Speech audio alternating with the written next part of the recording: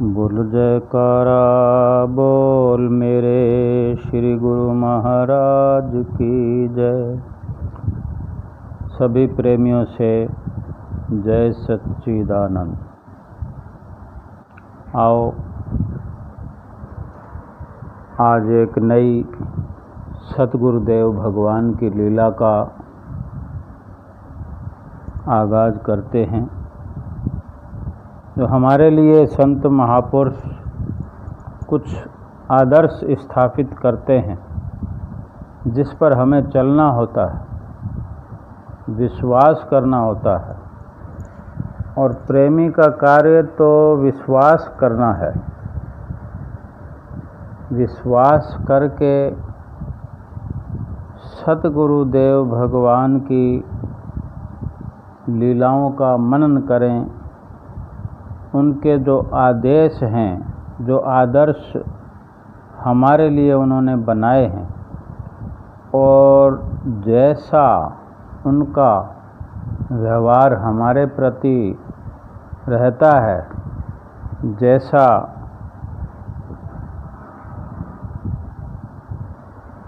हमारे लिए फरमान होता है, उस पर चलकर उनकी आज्ञा का पालन करके अपने जीवन में उन सब झलकियों को, उन संस्कारों को,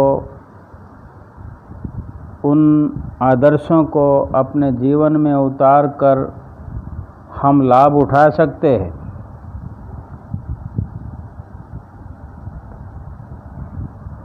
एक प्रेमी के विचार हैं सतगुरु के प्रति। मांगी थी एक कली, मांगी थी एक कली, उतार कर हार दे दिया। चाही थी एक धुन, चाही थी एक धुन, अपना सितार ही दे दिया। झोली मेरी बहुत छोटी थी सतगुरु जी, झोली मेरी बहुत छोटी थी सतगुरु, तुमने तो हंस कर सारा संसार ही दे दिया। ये संतुष्ट प्राणी के विचार हो सकते हैं,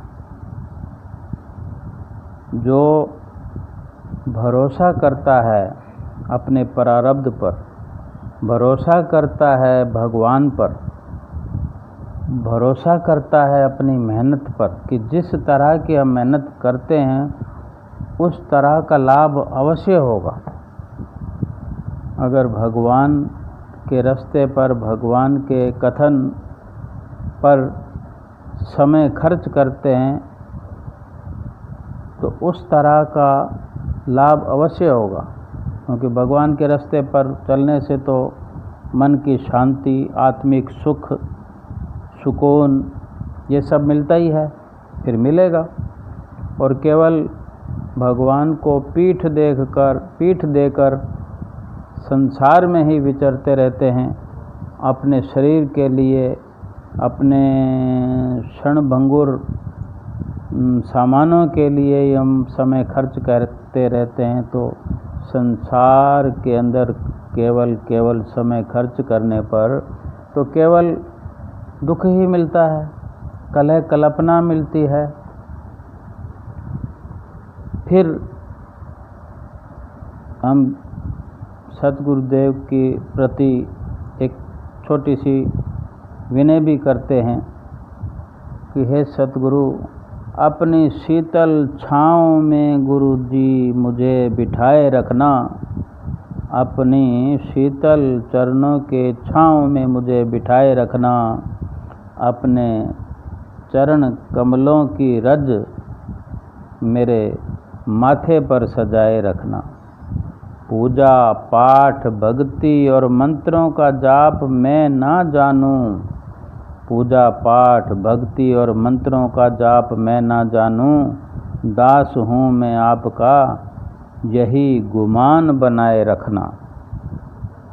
तो ये प्रेमी इस तरह की विचारधारा रख के जीवन व्यतीत करे तो काफ़ी सुकून मिलता है। करके देखे। हम संसार के अंदर बहुत समय खर्च करते हैं और इंतज़ार करते रहते हैं, पूरा जीवन इंतज़ार करते रहते हैं। कोई हमारा मकसद होता है, मानस बना लेते तो सफलता नहीं मिलती, लेकिन लगे रहते हैं। लेकिन अगर संत महापुरुष हमें भगवान के रास्ते पर चलने के लिए बताते हैं, भगवान का नाम जपने के लिए थोड़ी बहुत मेहनत करने के लिए बताते हैं, तो हम तुरंत लाभ चाहते हैं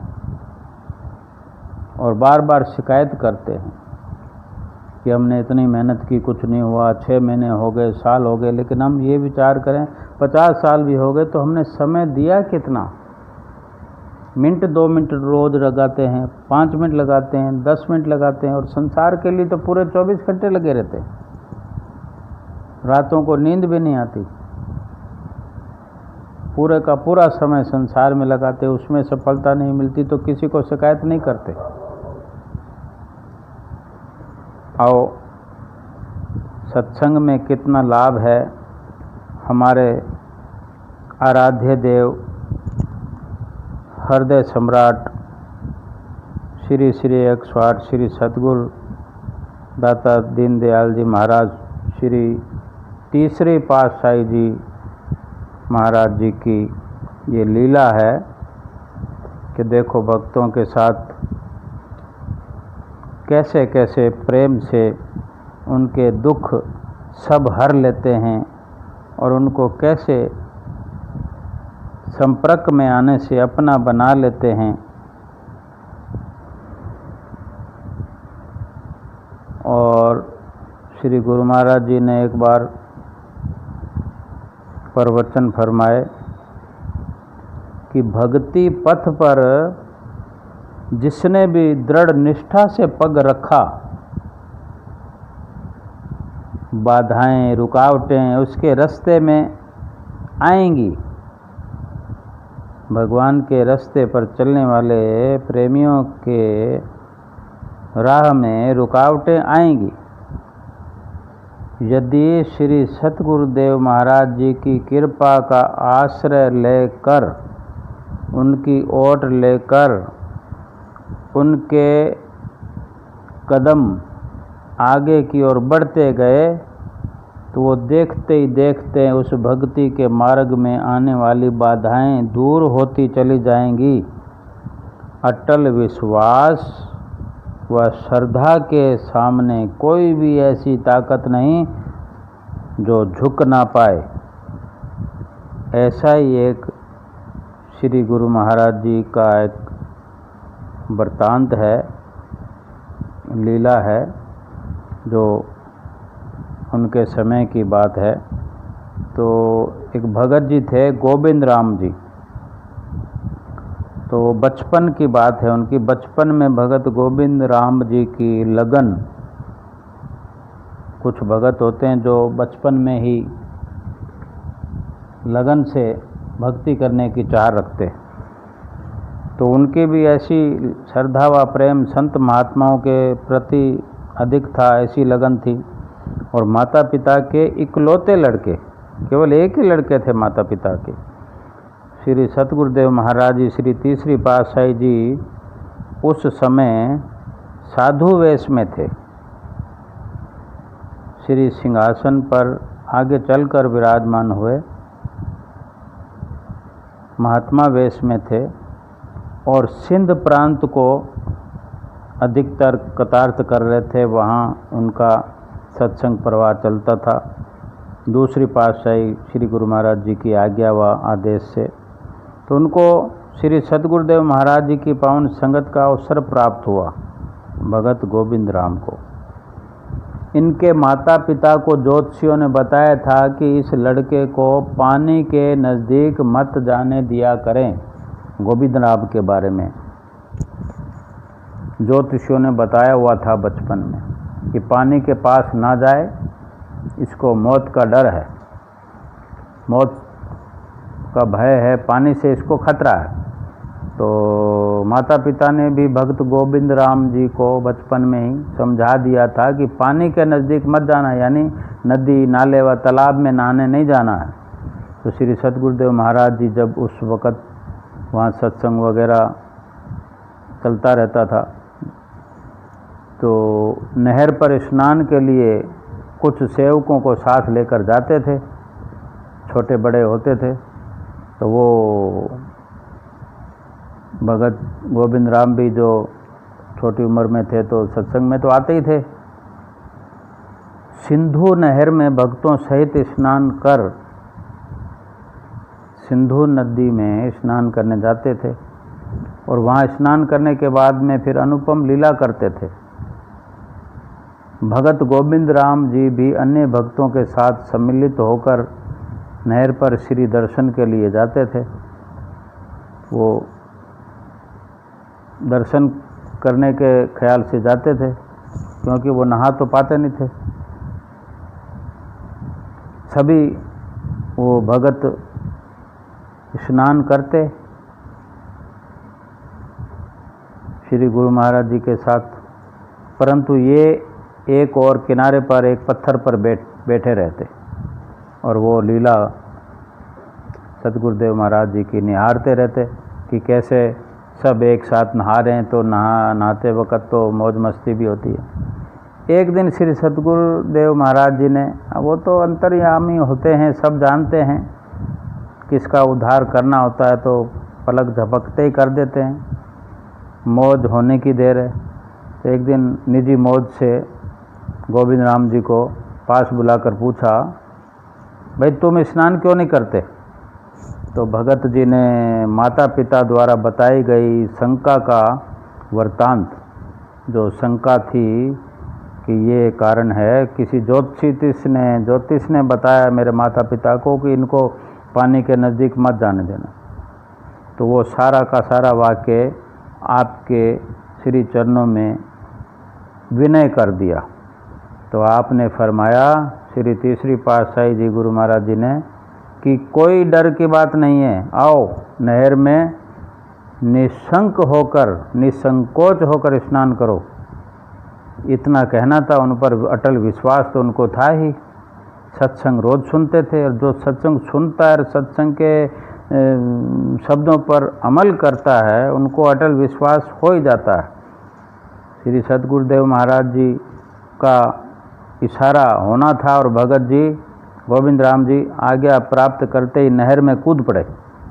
दूसरे भक्तों तथा श्री सद्गुरुदेव महाराज जी के साथ क्या स्नान का आनंद लिया। हमको भी ऐसा मौका मिले शायद। और स्नान के बाद किनारे पर आकर श्री सद्गुरुदेव महाराज जी ने सबको प्रसाद बांटा और भगत जी को फिर फरमाया कि तुम निश्चिंत होकर स्नान किया करो। उस दिन से भगत जी रोज नित्य प्रति नहर में स्नान करने लगे और उनका भय दूर हो गया और जो आशंका ज्योतिषियों ने प्रकट की थी वो सब दूर हो गई। अचल निष्ठा से भगत जी अब वो गोविंद राम जी दिन रात सेवा व प्रेम में निमग्न हो आश्रम पर आने लगे। बेधड़क पहले से ज़्यादा अटल विश्वास हो गया। इनके पिताजी ने जब इनकी बढ़ती हुई लगन देखी कि ये तो सत्संग आश्रम में अधिक जाने लगे हैं, ज़्यादा लगन देखी, तो फिर वो ज्योतिषियों के पास जाकर इनका उपाय पूछने लगी कि कैसे इस मार्ग से इनको दूर हटाया जाए। तो ज्योतिषी बड़े ध्यान से बड़े गर्व से कहती कि हम तुम्हें एक राख धागा कोई ताबीज बना देते हैं, बस एक बार घोल के पिला दो, जो जीवन भर उधर मुँह ही नहीं करेगा। इस प्रकार कितने ही प्रकार के जादू चलाए, मंत्र चलाए, परंतु इधर दशा ऐसी बनती जा रही थी कि दिन प्रतिदिन प्रेम अधिक बढ़ता जा रहा था। यहाँ तक कि रात्रि के समय भी इन्होंने घर आना ही छोड़ दिया। मस्त हो गए, वो सत्संग के दीवाने हो गए। इस प्रकार ये बात प्रसिद्ध हो गई कि भगत गोविंद राम जी साधु संतों के सेवक बन गए हैं और इन पर किसी का कोई वार नहीं चल सका। एक दिन भगत जी ने सब कथा श्री चरण में सुनाई कि यहाँ ये चल रहा है, कि वो ज्योतिषों से धागा वगैरह कुछ वो करके मेरे को करते हैं यहाँ से मोड़ने के लिए, सत्संग से हटाने के लिए। सारी कथा चरणों में सुनाई। तो तीसरी पातशाही जी जबकि थे तो साधु वेश में ही, महात्मा जी थे, तो उन्होंने सतगुरुदेव महाराज जी श्री दूसरी पातशाही जी के श्री दर्शन के लिए जा रहे थे, श्री गुरु महाराज जी के दर्शन के लिए। तीसरी पातशाही गुरु महाराज जी जो साधु वेश में जा रहे थे तो गोविंद राम जी को भी साथ ले गए। वहाँ जाकर श्री चरणों में सारा हाल सुनाया। तो दूसरी पातशाही गुरु महाराज जी ने प्रवचन किए कि निश्चिंत होकर भजन अभ्यास करते रहा करो, एकांत में भजन अभ्यास करो, जिससे कुछ भी प्रभाव उन वस्तुओं का तुम पर नहीं पड़ेगा। और गोविंद राम जी ने कहना मानकर वो सब किया, नित्य प्रति भजन अभ्यास सुमरण में लग गए। एक बार एक प्रसिद्ध ज्योतिषी ने इनके पिताजी को कहा कि मेरा वार कभी खाली नहीं जाएगा, न गया है न जाएगा, परंतु एक बार लड़के को साथ ले आओ, फिर वो कब उसके कदम सत्संग की ओर जाएंगे ही नहीं। इनके पिताजी इन्हें साथ ले गए। ज्योतिषी ने देखते ही कह दिया, आज के बाद इसे यहाँ मत लाना, क्योंकि ये जिस सत्संग में जाता है वहाँ जो इनके गुरु हैं वो सतगुरु हैं, वो परिपूर्ण पहुँचे हुए सतगुरु हैं, इन पर कोई वार मेरा चल नहीं सकता, कोई फूल धागा मैं नहीं बनाता।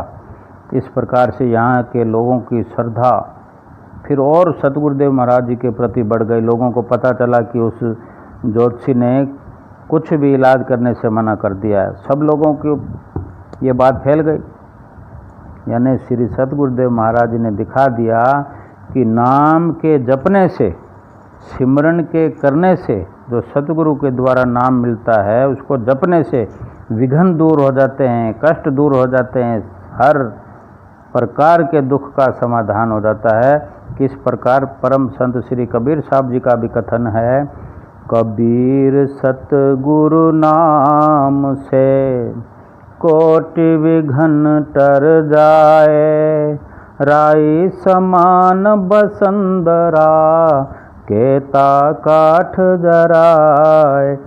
जैसे अग्नि की चिंगारी से कितनी लकड़ियों का ढेर पड़ा हो, छोटी सी चिंगारी से जल जाती है, उसी प्रकार नाम के जपने से, अपने हृदय के अंदर नाम को बसाने से करोड़ों बाधाएं दूर हो जाती है। भगत जी के सब संबंधी, गोविंद राम जी के सब रिश्तेदार भी श्री सतगुरुदेव दाता दीनदयाल जी के श्रद्धालु बन गए, सेवक बन गए। फिर भगत जी के पिताजी यानी गोविंद राम जी के पिताजी जो मना करते थे, पिताजी चाचा जी ने वहीं सिंध के अंदर जहाँ सतगुरुदेव महाराज जी छोटे छोटे सत्संग करते थे, वहाँ उस सिंध के अंदर एक बड़ा आश्रम बनवा दिया। और फिर आगे वो जो गोविंद राम जी थे, भगत जी थे, श्री दरबार में ही वहीं पर श्री गुरु महाराज जी के शरणागति प्राप्त करके तन प्राण से सेवा करने लगे। और फिर उनको भी संत बना दिया श्री गुरु महाराज जी ने। उनका नाम महात्मा आत्म अखंडानंद जी रखा गया और अंतिम श्वास तक वो श्री दरबार की हित चित्त से सेवा करते रहे। ऐसे हैं हमारे श्री सतगुरुदेव महाराज जी और उनका प्यार और उनके दिए हुए बख्शे हुए नाम का प्रताप। बोलो जयकारा बोल मेरे श्री गुरु महाराज की जय।